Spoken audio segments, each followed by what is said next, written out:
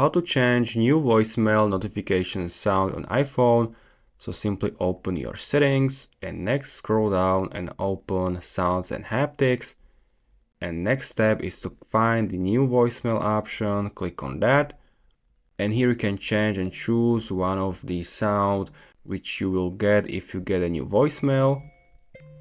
So you can try it, and once you are finished, simply go back, you can close it, and your new voicemail notification sound was successfully changed. I hope you find it helpful. See you next time.